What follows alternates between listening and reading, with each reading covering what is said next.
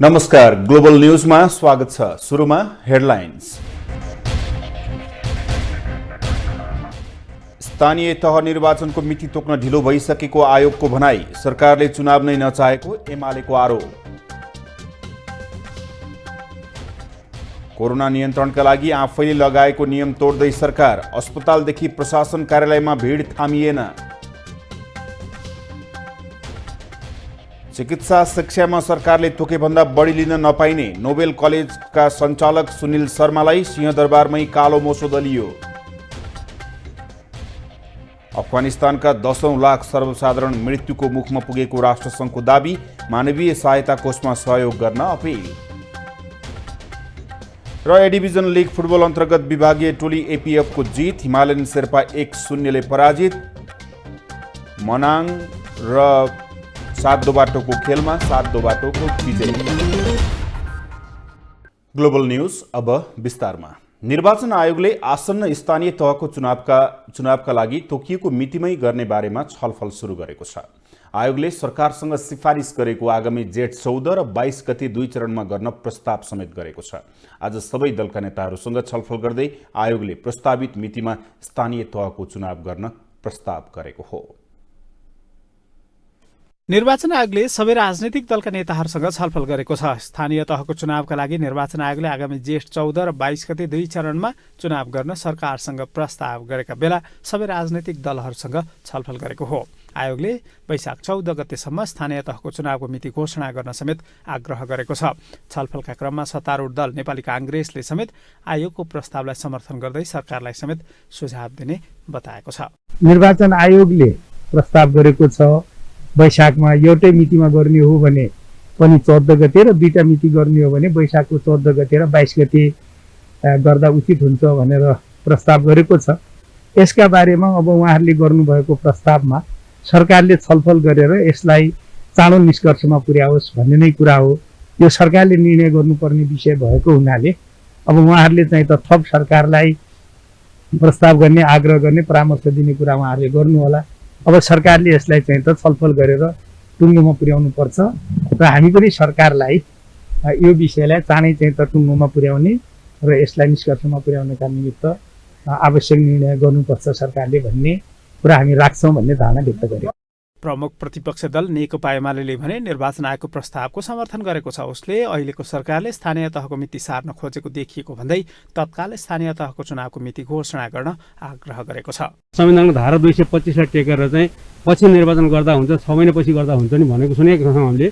त्यो सुनेका कुराहरूलाई उल्लेख गर्दै त्यो कुनै पनि हिसाबले स्थानीय निर्वाचन सम्बन्धी कानुनसँग नमिल्ने भएको हुँदाखेरि खास गरी हामीले जिल्ला समन्वय समितिको त 5 वर्ष ठ्याक्कै तोकेकै पदावधि भएको कारणले गर्दा त्यसलाई नाङ्नो नदिनुको लागि 2 महिना अगाडि चुनाव गर्नुपर्ने जुन भनेको छ तत्काल गर्नुहोस् र यो राय चाहिँ सरकारसित सुनाउनुहोस् भनेर हामीले।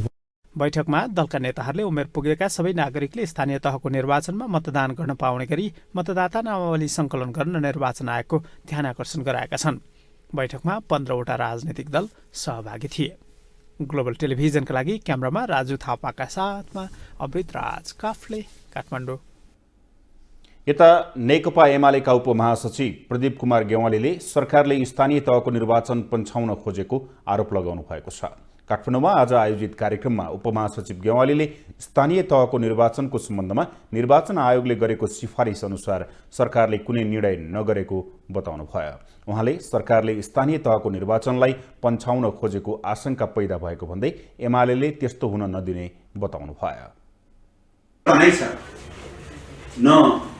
म्याद थप गर्न सकिन्छ न स्थानीय तहहरूले प्रयोग गर्दै आएको अधिकार अरू कसैलाई हस्तान्तरण गर्न सकिन्छ।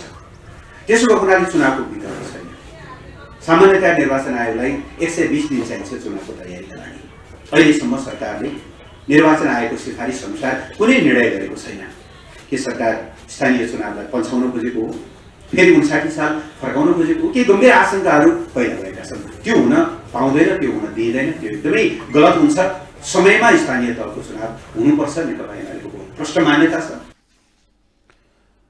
उहाँले सरकारले ललिता निवासको सरकारी जग्गा कृत्य प्रकरणका दोषीहरूलाई उम्काउने प्रपञ्च गरेको बताउनु भयो। सिआइबीले 2 वर्ष लगाएर गरेको अनुसन्धान सरकारी वकिलको कार्यालयले फिर्ता गरेर भ्रष्टाचारीलाई ढाकछोप गर्न खोजेको उहाँको आरोप छ।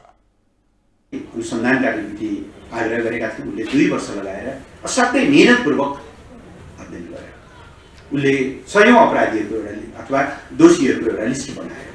तर अस्ति अचानक सरकारी वकिलको एउटा निर्णयले 2 वर्षदेखि प्रहरीले गरेको सारा मेहनतलाई पानी फाल्ने काम गरेको छ। सरकारी वकिललाई मुद्दा चलाउन पाउने कि नपाउने भनेर दिइएको अख्तियारी अथवा त्यो अधिकार भ्रष्टाचारलाई ढाकछोप गर्न, अपराधीलाई उम्किनको निम्ति लाइसेन्स होइन। उपमहासचिव गेवालीले सर्वोच्च अदालतमा भइरहेको आन्दोलन न्यायालय सुधारको निम्ति नभएको टिप्पणी गर्नुभयो। एक व्यक्तिलाई प्रधान न्यायाधीशबाट हटाएर अर्को व्यक्तिलाई ल्याउनको निम्ति मात्रै सो आन्दोलन केन्द्रित रहेको उहाँले बताउनुभयो। नेपालमा थप 5087 जनामा कोरोना संक्रमण पुष्टि भएको छ।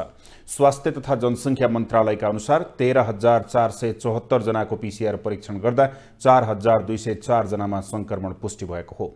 त्यस्तै 7,086 जनाको एन्टिजेन परीक्षण गर्दा 883 जना संक्रमित पाइएका हुन्। काठमाडौँ उपत्यकामा मात्रै 2,607 जना संक्रमित थपिएका छन्। 24 घण्टामा 306 जना संक्रमण मुक्त भएका छन्। यो अवधिमा 3 जनाको मृत्यु भएको छ। मन्त्रालयका अनुसार देशभर 18,235 सक्रिय संक्रमित छन्। आइसियुमा रहेका 111 जना मध्ये 25 जना भेन्टिलेटरमा उपचार गराइरहेका छन्। दक्षिण अफ्रिकामा पहिलो पटक देखिएको कोरोना भाइरसको नयाँ भेरिएन्ट ओमिक्रोनको संक्रमण नेपालमा समेत देखिन थालेको छ। सरकारी रेकर्ड अनुसार अहिलेसम्म झण्डै 30 जनामा ओमिक्रोन संक्रमण पुष्टि भएको छ। यसअघि देखिएको डेल्टा भेरिएन्ट भन्दा कम जोखिमपूर्ण रहेको भए पनि संक्रमण फैलिन सक्ने भएकोले सचेत हुन चिकित्सकहरूले सुझाव दिएका छन्। दक्षिण अफ्रिकामा पहिलो पटक पहिचान भएको ओमिक्रोन भेरिएन्ट जनवरी दोस्रो सातासम्म विश्वका अधिकांश मुलुकमा फैलिसकेको छ। नेपालमा समेत झण्डै 30 जनामा ओमिक्रोन संक्रमण पुष्टि भएको छ। यसअघि देखिएको डेल्टा भेरिएन्ट भन्दा बढी संक्रामक देखिएको ओमिक्रोन खोप नलगाएकाहरूका लागि भने खतरनाक भाइरस भएको विश्व स्वास्थ्य संगठनले बताएको छ। संक्रमण दर बढ्नु भनेको अस्पताल जाने र मृत्यु हुनेको संख्या पनि बढ्नु भएको विश्व स्वास्थ्य संगठनको तर्क छ। डब्ल्युएचओका अनुसार ओमिक्रोनले आउँदा दिनमा कति प्रभाव पार्छ भन्ने अझै स्पष्ट भइसकेको छैन। तर संक्रमण तीव्र रूपमा बढ़िरहेकाले सचेत हुनुपर्ने विज्ञहरूको सुझाव छ। ओमिक्रोनको जिनमा तपाईको मोर देन 30 तपाईको चाहिँ परिवर्तन भएको देखिन्छ। त्यसले गर्दाखेरि अरु जुन भाइरस भन्दा पनि यो ओमिक्रोन चाहिँ अलि धेरै गुणा ट्रान्समिसिबल हुने, एक व्यक्तिबाट धेरै व्यक्तिमा सर्ने, सजिलैसँग सर्ने भनेको छ। त्यसैले गर्दाखेरि जस्तै अब यो 2 महिनाको अवधिमा 11 नोभेम्बरमा बोत्सवानामा देखा परेको हो। त्यो बोत्सवाना झन्डै 2 महिनाको अवधिमा विश्वभरिका सबै राष्ट्रहरूमा यो फैलिसकेको छ। त्यसो त ओमिक्रोन भेरिएन्ट डेल्टा भेरिएन्ट भन्दा 2 गुणा बढी म्युटेसन भएको पुष्टि भइसकेको छ। कोरोनाको सबैभन्दा प्रभावशाली संस्करणको रूपमा लिएको यस अघिको भेरिएन्ट डेल्टा भन्दा ओमिक्रोन बढी संक्रामक देखिएको छ। तर नेपालमा भने ओमिक्रोन संक्रमितहरू बढेको भए पनि अस्पताल भर्ना हुनेको संख्या नबढेकाले आत्ती हाल्नुपर्ने अवस्था नरहेको सरुवा रोग विशेषज्ञ डाक्टर शेरबहादुर पुनको भनाइ छ। उनले कोरोना विरुद्धको खोप लगाएकाहरूमा ओमिक्रोनको संक्रमण देखिए पनि अहिलेसम्म धेरै असर नपरेको देखिएकाले खोप लगाउन समेत सुझाव दिएका छन्। दोस्रो लहर भन्दा अहिले लाखौं मान्छेले लगाइसकेको अवस्था छ खोप। त्यो कारणले गर्दाखेरि पनि एउटा खोपले के हदसम्ममा यो कम गर्नमा मद्दत गरेको जस्तो देखिन्छ। ओमिक्रोन आफैमा पनि श्वास प्रश्वासको माथिल्लो भागमा सहज रूपमा चाहिँ यो फैलिन सक्ने, तर जब फोक्सोमा पुग्छ तब यो अघिल्लो भेरिएन्टहरू भन्दा केही कमजोर जस्तो देखिएको हुनाले यो दुईटा कारणले गर्दाखेरि चाहिँ यो अलिकति कम समस्या आएको चाहिँ देखिन्छ। सरकारले समेत ओमिक्रोन संक्रमणको जोखिम बढ्न थालेपछि भीड़भाड़ हुने स्थानहरूमा नियन्त्रण सुरु गरिसकेको छ भने अभियानकै रूपमा खोप लगाउने काम समेत सुरु गरेको छ। तर पछिल्ला दिनहरूमा तीव्र रूपमा संक्रमण फैलिरहेका कारणले सर्वसाधारण समेत सचेत हुनुपर्ने विज्ञहरूको सुझाव छ। ग्लोबल टेलिभिजनका लागि क्यामेरामा सन्दीप डाँगीका साथमा कविन्द्र तिमिल सिन्हाको रिपोर्ट। यता सरकारले माघ 7 गतेबाट सार्वजनिक स्थानमा खोप कार्ड अनिवार्य गरेसँगै कोभिड-19 विरुद्धको खोप लगाउनेको भिड बढेको छ। कोरोनाको नयाँ भेरिएन्ट ओमिक्रोन संक्रमणको जोखिम बढेसँगै सरकारले खोप अनिवार्य गरेको थियो। सरकारले सार्वजनिक स्थानमा 25 जना भन्दा बढी जम्मा हुन रोक लगाएको भए पनि खोप केन्द्रमा भने भिडभाड देखिएको छ। सरकारले सार्वजनिक स्थानहरू, कार्यालय, होटल, रेस्टुरेन्ट, सिनेमा हल, रङ्गशाला, हवाई यात्रा, पार्कमा प्रवेश गर्दा आगामी माघ 7 गतेदेखि कोरोना विरुद्धको खोप लगाएकाहरूलाई मात्रै प्रवेश दिने निर्णय गरेको छ। त्यसकै लागि कोरोना विरुद्धको खोप अभियान समेत चलाउने सरकारी निर्णय अनुसार अहिले देशका सबै स्थानमा खोप अभियान सुरु भएको छ, जसका कारण काठमाडौँ सहितका देशका विभिन्न खोप केन्द्रहरूमा खोप लगाउनेको भिड बढेको छ। खोप लगाउनेहरूको भिडले जनस्वास्थ्यको मापदण्ड तथा भौतिक दूरी समेत कायम गर्न नसकेको दृश्य समेत स्पष्ट देखिन्थ्यो।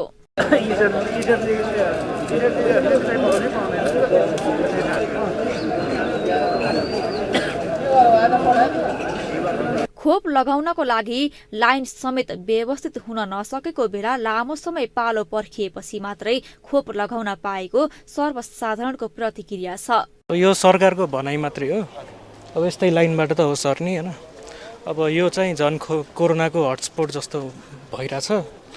अब त्यही हो, अब सरकारले यसो अलि सिस्टमेटिक बनाउनु पर्ने हो, बनाएको छैन। अब यो कुरामा चाहिँ ध्यान दिनुपर्ने छ।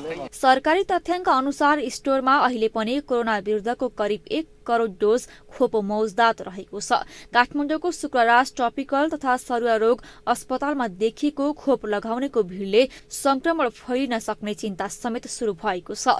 कोभिड संक्रमण बढ्दै जाँदा सरकारी सेवा नै प्रभावित र स्वास्थ्यकर्मीहरू आफै संक्रमित भएको हुनाले व्यवस्थापन गर्न समस्या भएको चिकित्सकहरूले बताएका छन्।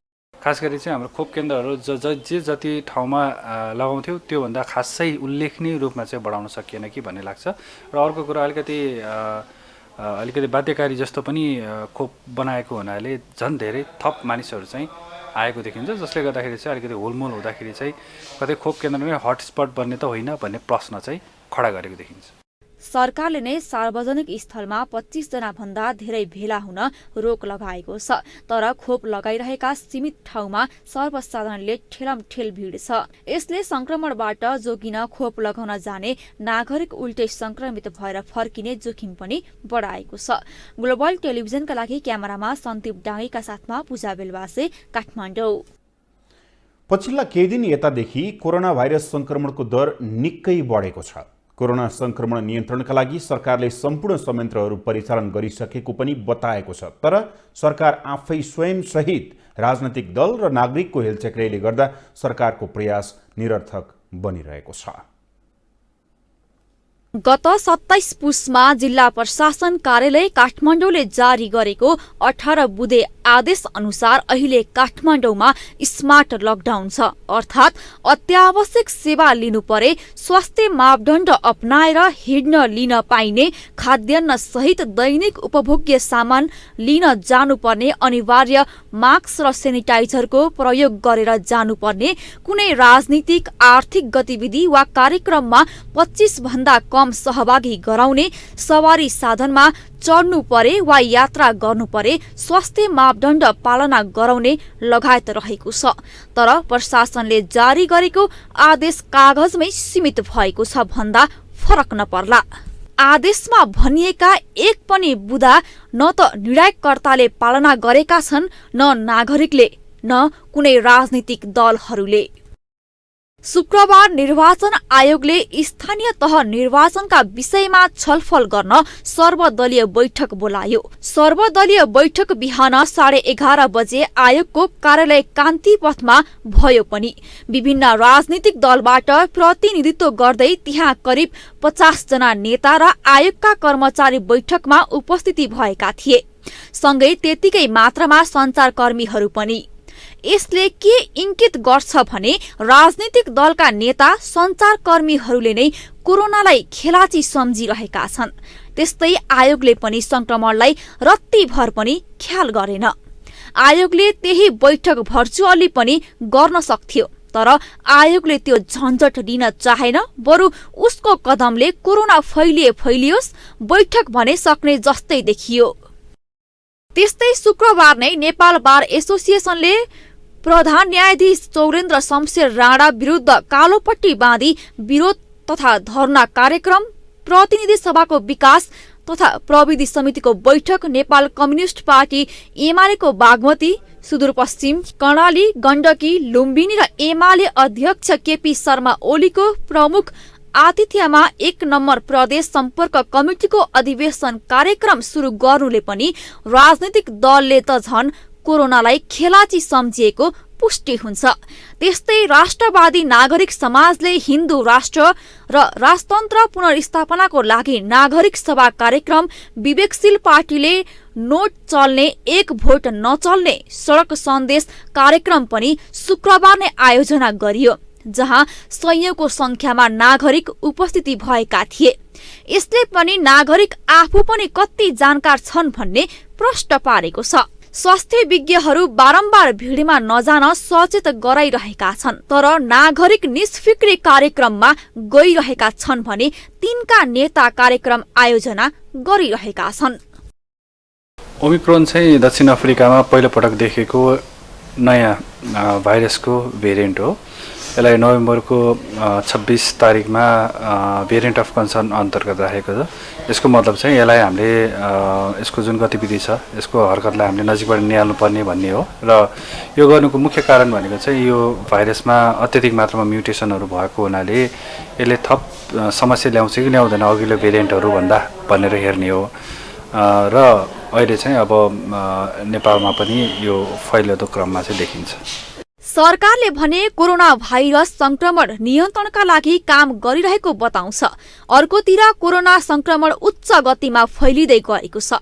सरकारले सबै संयन्त्र परिचालन गरिसकेको बताए पनि संक्रमण नियन्त्रणमा नआउनु सरकारको मात्र कमजोरी नभएर नागरिक स्वयं र राजनीतिक दल र तिनका कार्यकर्ताको रहेको स्पष्ट छ। त्यसैले नागरिक सहित सरकार र राजनीतिक दलले अविलम्ब भिड हुने कार्यक्रम रोके संक्रमण नियन्त्रण गर्ने सरकारको प्रयासलाई सघाउ पुग्छ, नभए पुनः यसले भयावह रूप निम्त्याउने निश्चित छ।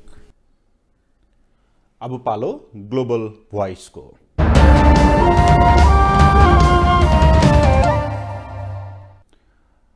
कोरोनाको डेल्टा र ओमिक्रोन भेरिएन्टले विश्व नै आक्रान्त बनेको अवस्थामा नेपाल यसबाट अछुतो छैन। संक्रमितको संख्या दिनहुँ बढिरहेको छ। नियन्त्रणका लागि सरकारले नियम पनि बनाएको छ। सर्वसाधारण मात्र होइन कि सरकारी निकायले नै मापदण्ड पालनामा चासो देखाएका छैनन्। यसै सन्दर्भमा ग्लोबल भोइसमा आज हामीले सर्वसाधारणलाई सोधेका छौँ, सरकारले आफैले बनाएको मापदण्डलाई पालना नगर्नुलाई के भन्नुहुन्छ? पानीहरू चेन्ज गरिदिनु पर्यो होइन, अनि माछाहरू विभिन्न किसिमका हाल्नु पर्यो, आकर्षक बनाउनु पर्यो, त्यही हो।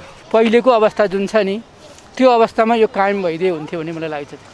त्यही हो यसको ओरिजिनालिटी, जुन मौलिकता हो त्यो मौलिकता चाहिँ कुनै पनि हिसाबले त्यो नष्ट नहुने गरेर यसको पुनर्निर्माण हुनु पर्थ्यो। अझै आकर्षित हजुर र अलि रमाइलो होस् र अझ बालबच्चाहरू भनौँ होइन खेल्नलाई उपयुक्त होस्। अब यो वर्षमा एकचोटि मात्रै खोलिन्छ भन्छ होइन।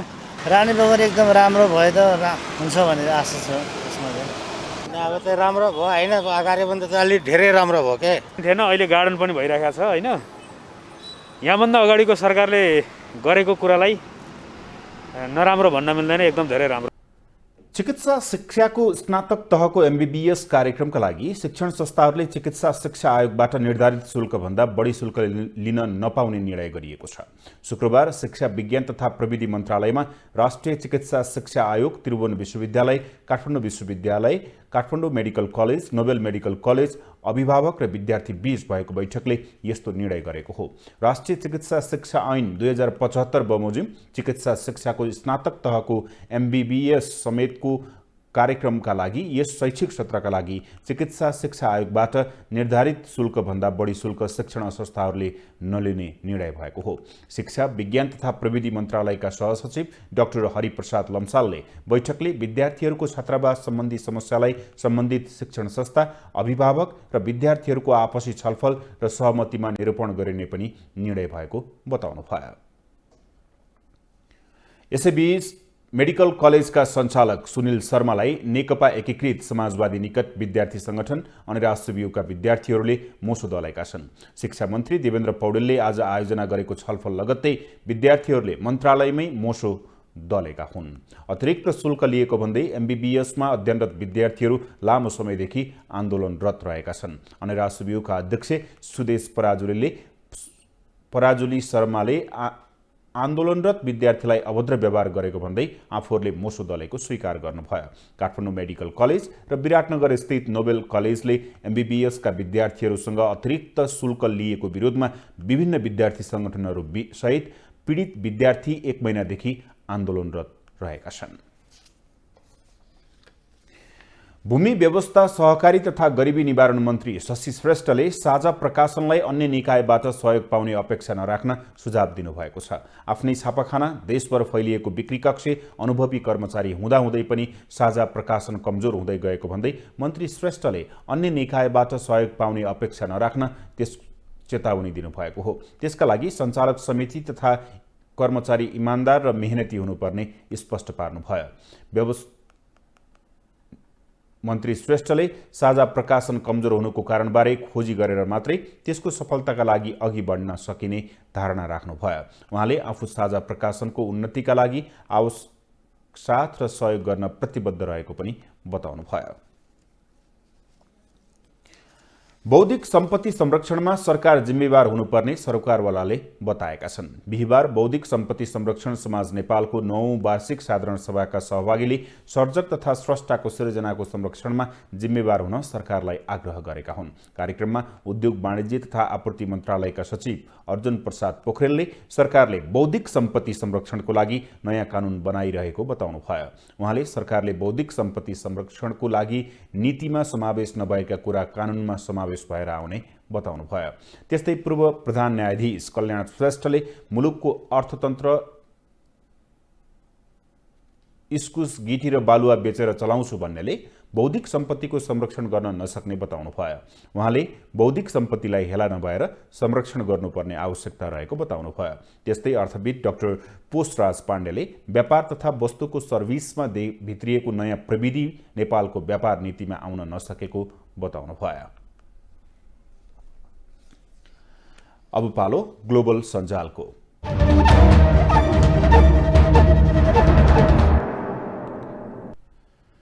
ग्लोबल सञ्जालमा हामी हरेक दिन सार्वजनिक महत्त्वको विषयमा सञ्जालकर्ताहरूले अभिव्यक्त गरेका विचारहरूलाई समेट्ने गर्दछौँ।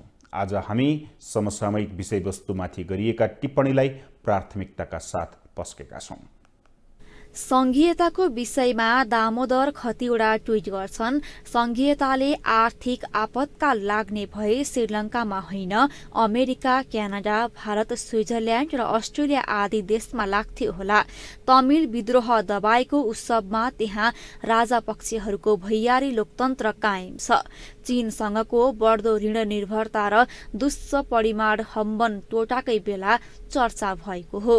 सरकारी सम्पत्तिको दुरुपयोग भयो भन्दै रामेश्वर खनाल ट्वीट गर्छन्, सरकारी भवन घेर्ने पर्खालमा यसरी प्रयोग हुने सामग्री जनता आवास कार्यक्रममा लगाए हजारौं घरबार विहीनलाई सुरक्षित आवास दिन सकिन्थ्यो।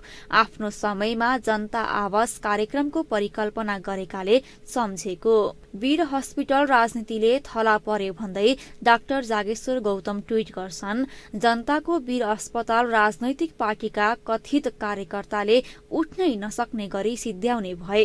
यसमा झनै ठूला बडाको वक्रदृष्टि प्राइभेट संस्थाको सेवामा हाजिर हजुर। विकास खर्चको व्यतिथिको विषयमा तारानाथ दाहाल ट्वीट गर्छन्, उपभोक्ता समितिबाट भइरहेको विकास खर्चको व्यतिथि किन राजनीतिक बहसको विषय हुँदैन। स्थानीय निर्वाचन अगाडि यसबारे जनस्तरमा व्यापक छलफल होस्। सचेत उपभोक्तालाई ठेक्का गर्ने संस्था होइन, अनुगमन र नियन्त्रण गर्ने नागरिक निकाय बनाउनु पर्छ। दलहरूका नेतालाई लक्ष्य गर्दै विमल पोखरेल ट्वीट गर्छन्, कांग्रेसका 2वटा राष्ट्रवादी महामन्त्रीहरू कालापानी लिम्पियाधुराबारे चुप छन्। स्थानीय चुनाव सार्न लागेको बारे चुप छन्। ओलीले केन्द्रीकृत गरेका राज्यका अङ्गहरू पूर्ववत फर्काउने बारे चुप छन्। यो देशलाई ठग राजनीति गर्ने नेताहरूबाट जोगाउनुपर्छ। पासपोर्ट थप बदनाम हुँदै जानेछ। सानालाई ऐन ठुलालाई चैन भन्दै ममता दाहाल ट्विट गर्छन्, सानालाई ऐन ठुलालाई चैन नीति नियम आफू अनुकूल व्याख्या गर्ने परिपाटी न्यायाधीश र न्यायालयहरू शक्तिका मुठीमा। फलस्वरूप जहाँ पातलो त्यही नै छिण भन्ने निष्कर्षबाट पीडित राष्ट्रका नागरिक सँगै धर्म संस्कृति सम्पदा जस्ता राष्ट्रिय सम्पत्तिहरूमा गिद्धे नजर पर्नु स्वाभाविक नै हो। अब बिजनेस न्यूज।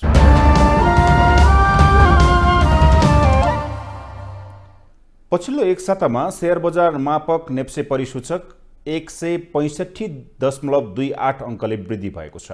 यो साताको अन्तिम दिन बिहिबार नेप्से परिसूचक 2857.75 बिन्दुमा पुगेर रोकिएको छ। पछिल्लो 4 महिनादेखि निरन्तर रूपमा गिरावट आएको नेप्से परिसूचक पछिल्लो 2 सातादेखि निरन्तर रूपमा बढ्दै गएको छ।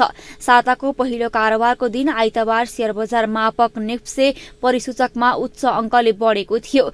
यो दिन नेप्से परिसूचक 73.01 अङ्कले बढेर 2765.47 बिन्दुमा पुग्यो। त्यस्तै ठूला कम्पनीको मूल्य मापन गर्ने सेन्सिटिभ इन्डेक्स 13.21 अङ्क बढ्यो भने फ्लोट इन्डेक्स 5.07 अङ्क र सेन्सिटिभ फ्लोट इन्डेक्स 4.56 अङ्कले बढ्यो। आइतबार 239 कम्पनीको 1,50,58,000 किता शेयर 7 अर्ब 10 करोड 18 लाख रुपियाँ बराबरको शेयर कारोबार भयो। त्यस्तै साताको दोस्रो दिन सोमबार पनि नेप्से परिसूचक निरन्तरता बढेको थियो। यस दिन नेप्से परिसूचक 19.43 अङ्कले बढेर 2784.95 बिन्दुमा पुग्यो। 236 कम्पनीको 1,42,88,000 किता शेयर 7 अर्ब 12 करोड 34,24,000 रुपियाँ बराबरको कारोबार भएको हो। मंगलबार पनि नेप्से परिसूचक 49.19 अङ्कले बढेर 2834.13 बिन्दुमा पुगेको हो। यस दिन ठूला कम्पनी मूल्य मापक सेन्सिटिभ इन्डेक्स 6.34 अङ्कले बढ्यो। यस्तै फ्लोट इन्डेक्स 3.62 अङ्क र सेन्सिटिभ फ्लोट इन्डेक्स पनि 2.24 अङ्कले बढ्यो। मंगलबार 232 कम्पनीको 1,19,70,000 किता शेयर 6 अर्ब 72 करोड 45,26,000 रुपियाँ बराबरको कारोबार भयो। तर बुधबार नेप्से 30.51 अङ्कले घटेर 2803.62 बिन्दुमा झर्न पुग्यो। त्यस्तै सेन्सिटिभ इन्डेक्स 7.04 अङ्क, फ्लोट इन्डेक्स 1.86 अङ्क र सेन्सिटिभ फ्लोट इन्डेक्स 2.17 अङ्कले घट्यो। बुधबार 229 कम्पनीको 1,61,47,000 किता शेयर 8 अर्ब 3 करोड 32,12,000 रुपियाँ बराबरको कारोबार भयो। नेप्से घटे पनि कारोबार रकम भने 8 अर्ब माथि थियो। त्यस्तै साताको अन्तिम कारोबारको दिन बिहिबार बजारमा हरियाली छायो। नेप्से परिसूचक 54.12 अङ्कले बढेर 2857.75 बिन्दुमा पुगेको छ। ठूला कम्पनीको मूल्य मापक सेन्सिटिभ इन्डेक्स पनि 8.94 अङ्कले बढ्यो। फ्लोट इन्डेक्स 4.09 अङ्क र सेन्सिटिभ फ्लोट इन्डेक्स 3.34 अङ्कले बढ्यो। बिहिबार 224 कम्पनीको 1,18,34,000 किता शेयर 6 अर्ब 66 करोड 97,48,000 रुपियाँ बराबरको कारोबार भएको हो। यो सातामा नेप्से परिसूचकसँगै लगानीकर्ताको सम्पत्तिमा पनि वृद्धि भएको छ। गत साता 2 खर्ब 36 अर्ब 2 करोड रुपियाँले बढेको लगानीकर्ताको सम्पत्ति यो साता 2 खर्ब 6 अर्ब 78 करोड रुपियाँले बढेको हो। अघिल्लो साताको बिहिबार शेयर बजारमा रहेको लगानीकर्ताको सम्पत्ति मापक बजार पुँजीकरण कुल 38 खर्ब 3 अर्ब 34 करोड रुपियाँ थियो। यो साता 2 खर्ब 6 अर्ब 78 करोड रुपियाँ सम्पत्ति बढेर 40 खर्ब 37 अर्ब 12 करोड रुपियाँ कायम भएको छ। अब इन्टरनेशनल न्यूज।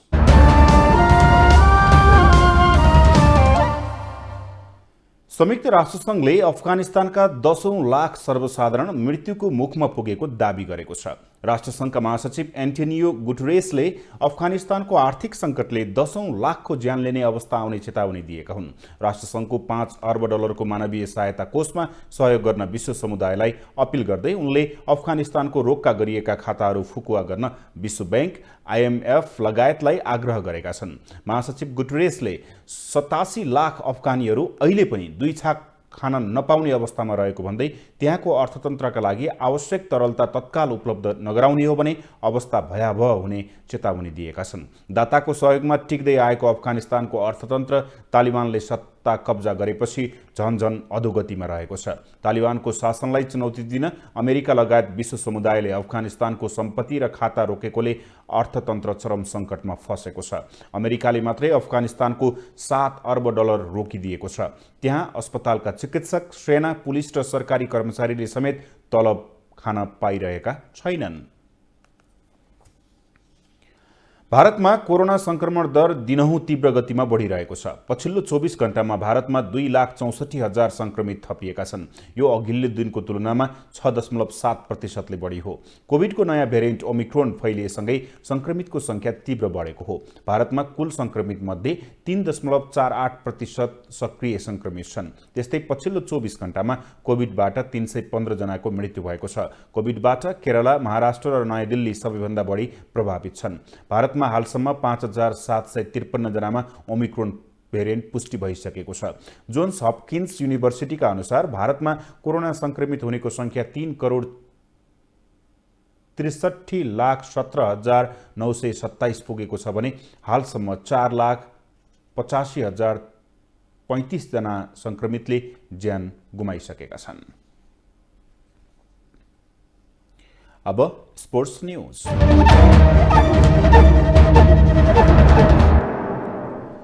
शहीद स्मारक ए डिभिजन लिगको 9औं चरणका खेलहरू आजबाट सुरु भएका छन्। आज भएको पहिलो खेलमा विभागीय टोली एपीएफले हिमालयन शेर्पा क्लबलाई 1-0 ले पराजित गरेको छ। एपीएफलाई जित दिलाउन आवास लामिछानेले पहिलो हाफमा गरेको गोल नै निर्णायक बनेको थियो। जारी लिगमा सुरुको 3 खेल हारेको एपीएफले त्यसयता लगातार 6 खेलमा अपराजित यात्रा कायम राखेको छ। लिगमा एपीएफको यो दोस्रो जित हो। एपीएफले यसअघि फ्रेन्च क्लबलाई पराजित गरेको थियो। तेस्रो चरणमा 7 दोबाटो युथ क्लबसँग पराजित भए यता एपीएफ लगातार 6 खेलमा अपराजित छ। जितपछि एपीएफ 9 खेलबाट 10 अङ्क जोड्दै 8औं स्थानमा उक्लिएको छ। हिमालयन शेर्पा 9 खेलबाट 11 अङ्कसहित 6औं स्थानमै रहेको छ। त्यस्तै आज भएको दोस्रो खेलमा 7 दोबाटो युथ क्लबले मनाङ मर्स्याङ्दी क्लबलाई 2-1 गोल अन्तरले पराजित गरेको छ। नेपाल पुलिस क्लब प्रधानमन्त्री कप पुरुष टी20 राष्ट्रिय क्रिकेट प्रतियोगिताको सेमिफाइनलमा प्रवेश गरेको छ।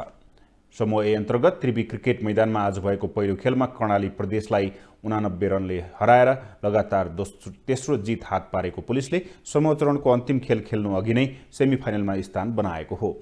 3 खेलबाट पुलिसको 6 अङ्क भएको छ। सुदूरपश्चिम र आर्मीलाई पराजित गरेको पुलिसले अब प्रदेश नम्बर 1 सँग खेल्न बाँकी छ। 4 खेल खेलिसकेको कर्णाली जम्मा 2 अङ्क जोडेर प्रतियोगिताबाट बाहिरिएको छ। त्यस्तै आज भएको खेलमा त्रिभुवन आर्मी क्लबले पीएम कप टी20 राष्ट्रिय क्रिकेट प्रतियोगितामा दोस्रो जित दर्ता गरेको छ। समूह ए अन्तर्गत सुदूरपश्चिम प्रदेशलाई 3 विकेटले पराजित गर्दै आर्मीले 4 खेलमा दोस्रो जित दर्ता गरेको हो। आर्मीले यसअघि कर्णाली प्रदेशलाई 63 रनले पराजित गरे पनि नेपाल पुलिस क्लबसँग 4 विकेटले हार बेहोरेको थियो। तेस्रो खेल हुन नसकेपछि प्रदेश नम्बर 1 सँग 1-1 अङ्क बाँडेको थियो। ग्लोबल न्यूजको अन्त्यमा अहिलेसम्मका हेडलाइन्स पुनः एकपटक। स्थानीय तह निर्वाचनको मिति तोक्न ढिलो भइसकेको आयोगको भनाई। सरकारले चुनाव नै नचाहेको एमालेको आरोप। कोरोना नियन्त्रणका लागि आफैले लगाएको नियम तोड्दै सरकार। अस्पतालदेखि प्रशासन कार्यालयमा भिड थामिएन।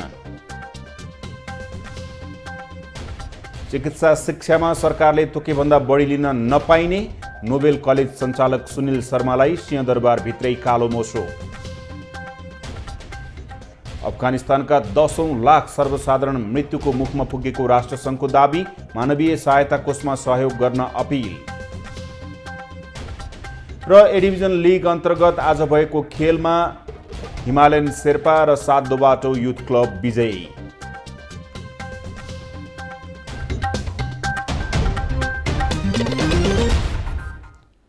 हवस् त अहिलेलाई ग्लोबल न्यूज यति नै। ग्लोबल टेलिभिजन तपाईँ फेसबुक तथा युट्युबमा पनि प्रत्यक्ष हेर्न सक्नुहुनेछ। ग्लोबल टेलिभिजन हेर्दै गर्नुहोला।